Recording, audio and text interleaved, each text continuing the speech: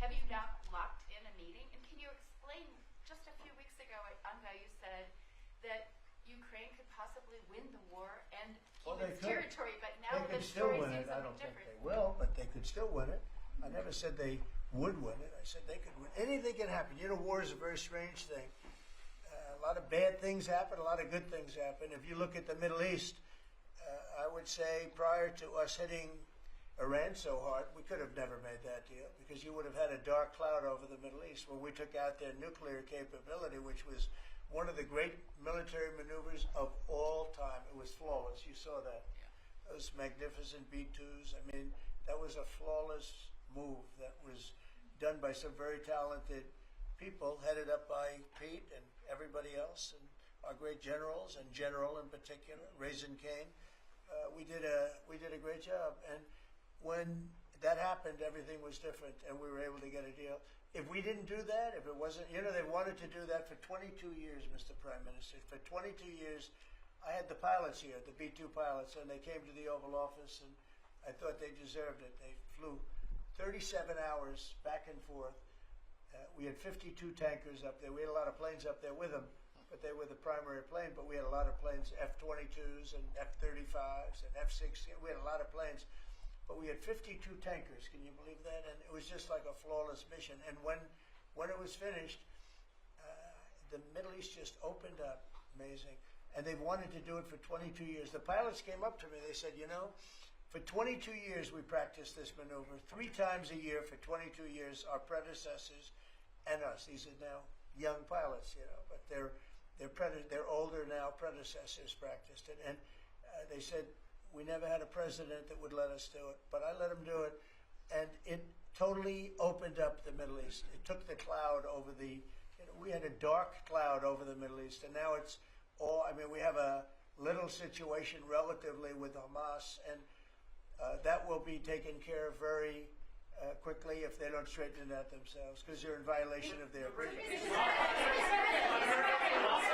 Alluded to the violence in the Middle East. What steps is the administration taking to maintain the ceasefire? Well, a lot of steps, and right now it's in the hands of others. You know, we have 59 countries that agreed to the deal. We have a peace in the Middle East for the first time ever.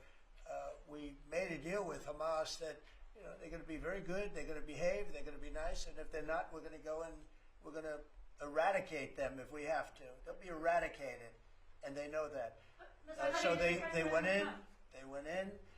And I don't believe it was the leadership, but they had some rebellion in there among themselves, and they killed some people, you know, a lot of people. But this is a violent group. You know, you probably noticed over the last 100 years, this is a very violent group of people. And they got very rambunctious, and they did things that they shouldn't be doing. And if they keep doing it, then we're going to go in and straighten it out, and it'll happen very quickly and pretty violently, unfortunately. On the process, just following up on that question, when you say we are going to eradicate Hamas, who is we? Does that include American boots on the ground? No, it won't be on the ground at all. We don't need to, because we have many countries, as you know, signed on to this deal. The way I view it, 59 countries, and unanimous. There's never been, nobody ever believed us. Countries that 4 months ago didn't like each other, and now they're all aligned together. I mean, we've had countries calling me when they saw some of the killing with Hamas, saying, we'd love to go in and take care of the situation ourselves. In addition, you have Israel would go in 2 minutes if I asked them to go in. I could tell them, go in and take care of it. But right now, we haven't said that. We're going to give it a little chance, and hopefully there will be a little less violence. But right now, you know, they're violent people. Hamas has been very violent. But they don't have the backing of Iran anymore. They don't have the backing of really anybody anymore. They have to be good. And if they're not good, they'll be eradicated. That everyone killed in the Caribbean was a narco-terrorist. Were any innocent civilians killed in the Caribbean, Mr. President? Not you. Could the Prime Minister weigh in more on the processing? On the process, and can Australia expand the process of rare earths? Absolutely we can, and we have the capacity to do so, and part of this deal is very specific, $8.5 billion pipeline. There'll be $1 billion contributed from Australia and the United States over the next 6 months with projects that are immediately available. There's 3 groups of projects, ones that are joint activities between Australia and the United States, such as Alcoa.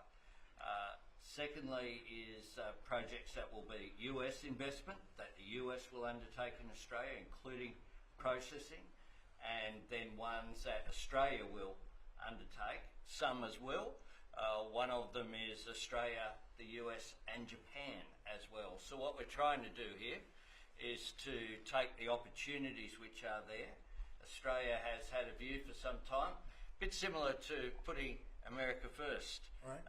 Our plan's called A Future Made in Australia, which is about not just digging things up and exporting them, but how do we make sure that we have across the supply chains with our friends being able to benefit, seize those opportunities. So we certainly see part of what this is about isn't just digging things up, it's also about processing, including the joint ventures between Australia and the United States. I mean, can the US and